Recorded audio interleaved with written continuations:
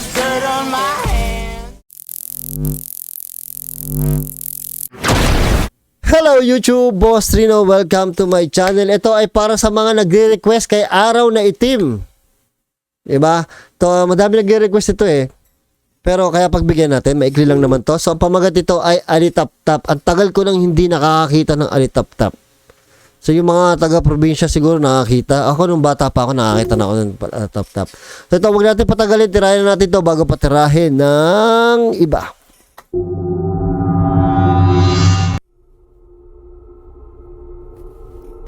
Alitap-Tap, Alitap-Tap. Lumaki ako sa Cotabato. Magto 26 years old na ako. Ang ibabahagi kong kwento ay nangyari sa pinsan ko. 10 taon na ang nakakaraan. Laging wala ang mga magulang ko dahil sa trabaho nila. Kaya naiiwan ako sa kapatid ng papa ko. Sanay naman na ako sa kanila tumira dahil mabait naman ang tiya at tiyo ko. Isa pa ay may sobrang close naman akong pinsan doon, si Alan, ang panganay sa magkakapatid.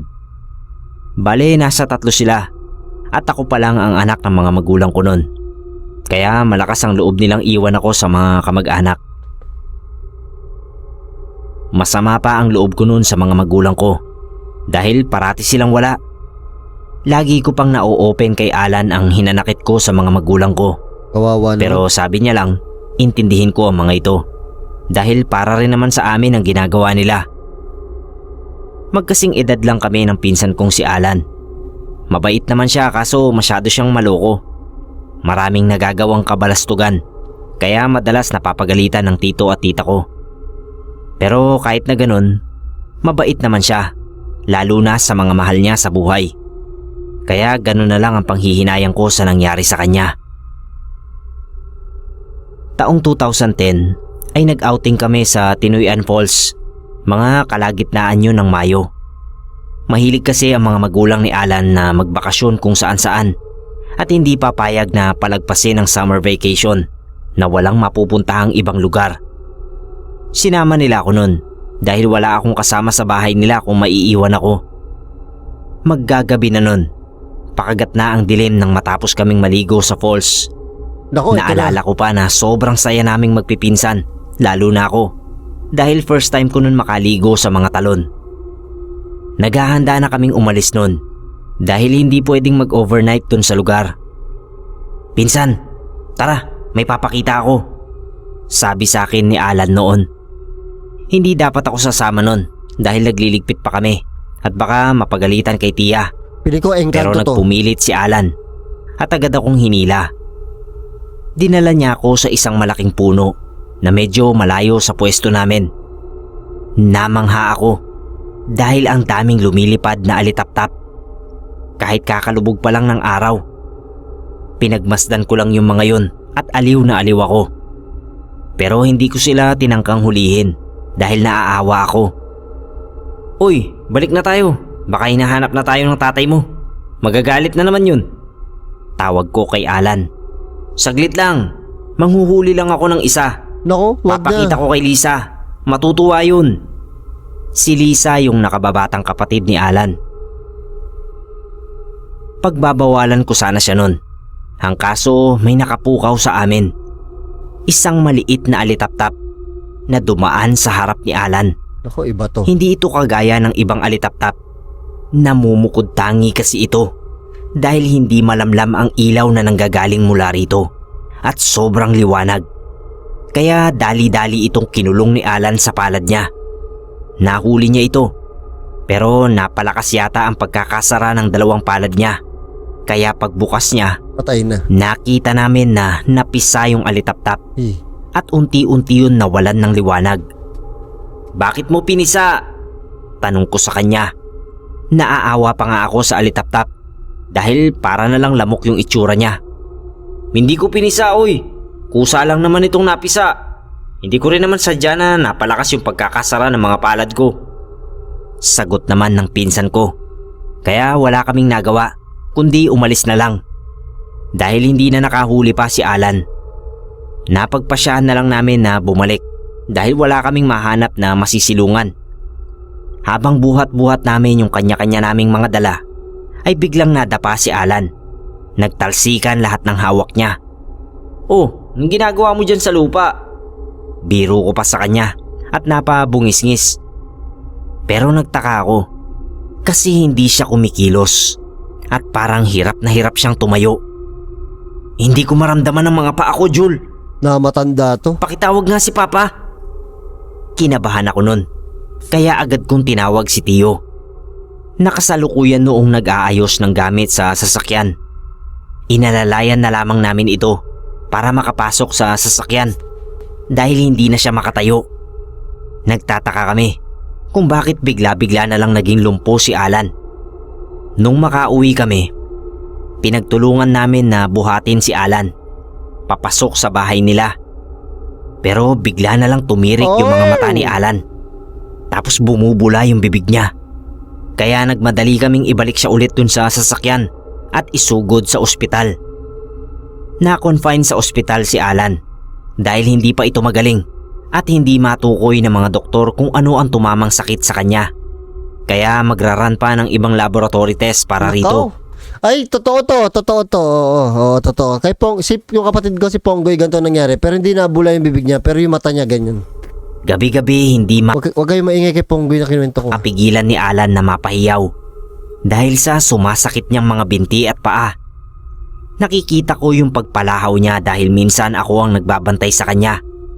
Nakakahiyaman sa isa niyang kasamang pasyente, pero alam kong naiintindihan naman niya siguro yun dahil nakikita niya na palubha ng palubha ang kalagayan ni Alan. Iba na rin kasi ang itsura ni Alan nun. Lumiliit, namamayat at nangingitim yung dating malakas niyang mga binti. Isang gabi, naiwan namin si Alan sa ospital dahil pinauwi muna ako saglit ni Tio at si Tio naman daw ang bahala na bumili ng makakain. Kaya walang nagbabantay kay Alan nun. Pero kampante sila na walang mangyayaring masama kay Alan dahil may kasama naman siya sa kwarto, yung isa pang pasyente. Nagdaan ng mga araw, hindi na makausap si Alan. Nako. Hindi na rin siya makakain at tanging pagtulala na lang ang nagagawa niya. Madalas kapag ako nagbabantay kay Alan at sasapit na ang gabi, may nakikita akong pumapasok na mga alitap-tap doon sa kwarto ni Alan. Umiikot-ikot yun sa natutulog na si Alan. Tapos bigla na lang lilipad palayo. Sinabi ko sa mga magulang ni Alan ang nangyari bago ang karamdaman ni Alan at nagsabi ako na tumawag ng albularyo dahil naniniwala ako dun sa impluensya na rin ng lola ko sa side ni mama. Pero hindi pumayag si tita dahil hindi naman siya naniniwala sa mga ganong bagay. Mga peking doktor lang daw ang mga yon. Kaya wala na akong nagawa. Kinabukasan, unresponsive na si Alan. Uy, namatay. Kaya agad na pumunta ang doktor at agad siyang ni-revive. Pero hindi na niya nakayanan. Oh my God. Namatay si Alan at lahat kami ay nagluksa. Agad na inasikaso yung burol ni Alan.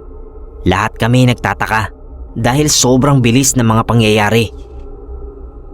3 araw nang nakaburol si Alan Oh my nang God. dumating yung dating pasyente na kasama niya sa kwarto.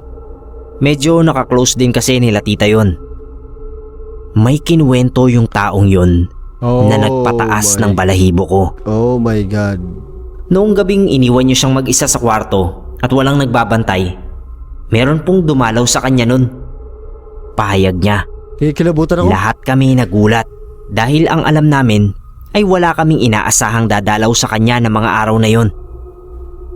Nakaharap ako dun sa kabilang side nun dahil may hinahanap ako. Nang biglang may pumasok na matanda na nakasuot ng itim na damit. May dala-dala po siyang kandilang itim. Hindi ko na lang pinansin dahil akala ko isa sa mga kamag-anak o malapit sa kanya.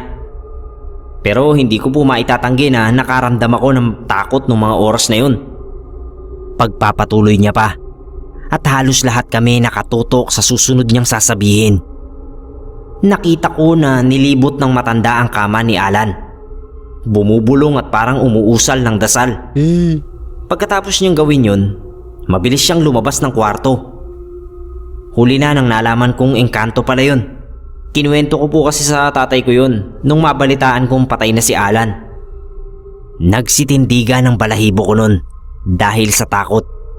Maging yung mga magulang ni Alan ay nag-iba ang ekspresyon. At kahit hindi nila sabihin, alam kong naniniwala na sila dun sa mga sinabi ko dati. Ilang araw bago ang libing ni Alan, napansin ng mga kamag-anak ko na basa ang barong na nakasuot kay Alan. Basa? Parang pinagpapawisan na pinagtaka namin. Hindi na sila nag-atubili pa at agad na pumunta sa isang albularyo para malaman kung ano talaga ang nangyari kay Alan. Para na rin siguro sa ikatatahimik nito. Ganoon na lamang ang paghagulgol ng buong kamag-anakan namin. Maging ako nang marinig ko ang sinabi ng albularyo. May pinatay siyang engkanto na nakatira sa isang matandang puno. Sobra kaming nagtaka nun kasi hindi pa nabanggit dun sa albularyo yung tungkol sa alitaptap. Basta ang sabi lang namin, hindi maipaliwanag ang naging karamdaman niya. Sabi pa nung albularyo, hindi rin niya sigurado kung magagawan namin ng paraan yon kung sakaling may nakausap kami agad na kagaya niyang albularyo. Kasi buhay ang kinuha ni Alan. At base sa nangyari, mukhang hindi magagawang magpatawad ng kung sino mang gumante sa ginawa ng pinsan ko. Natakot? Yan pa ang isa sa nakakatakot, mga tol. Pagka nag-e-explore kami. Katulad doon sa ibon, no? Mali mo, may tatapakan kaming ibon. Hindi namin sinasadya. Ay, natatakot na ako.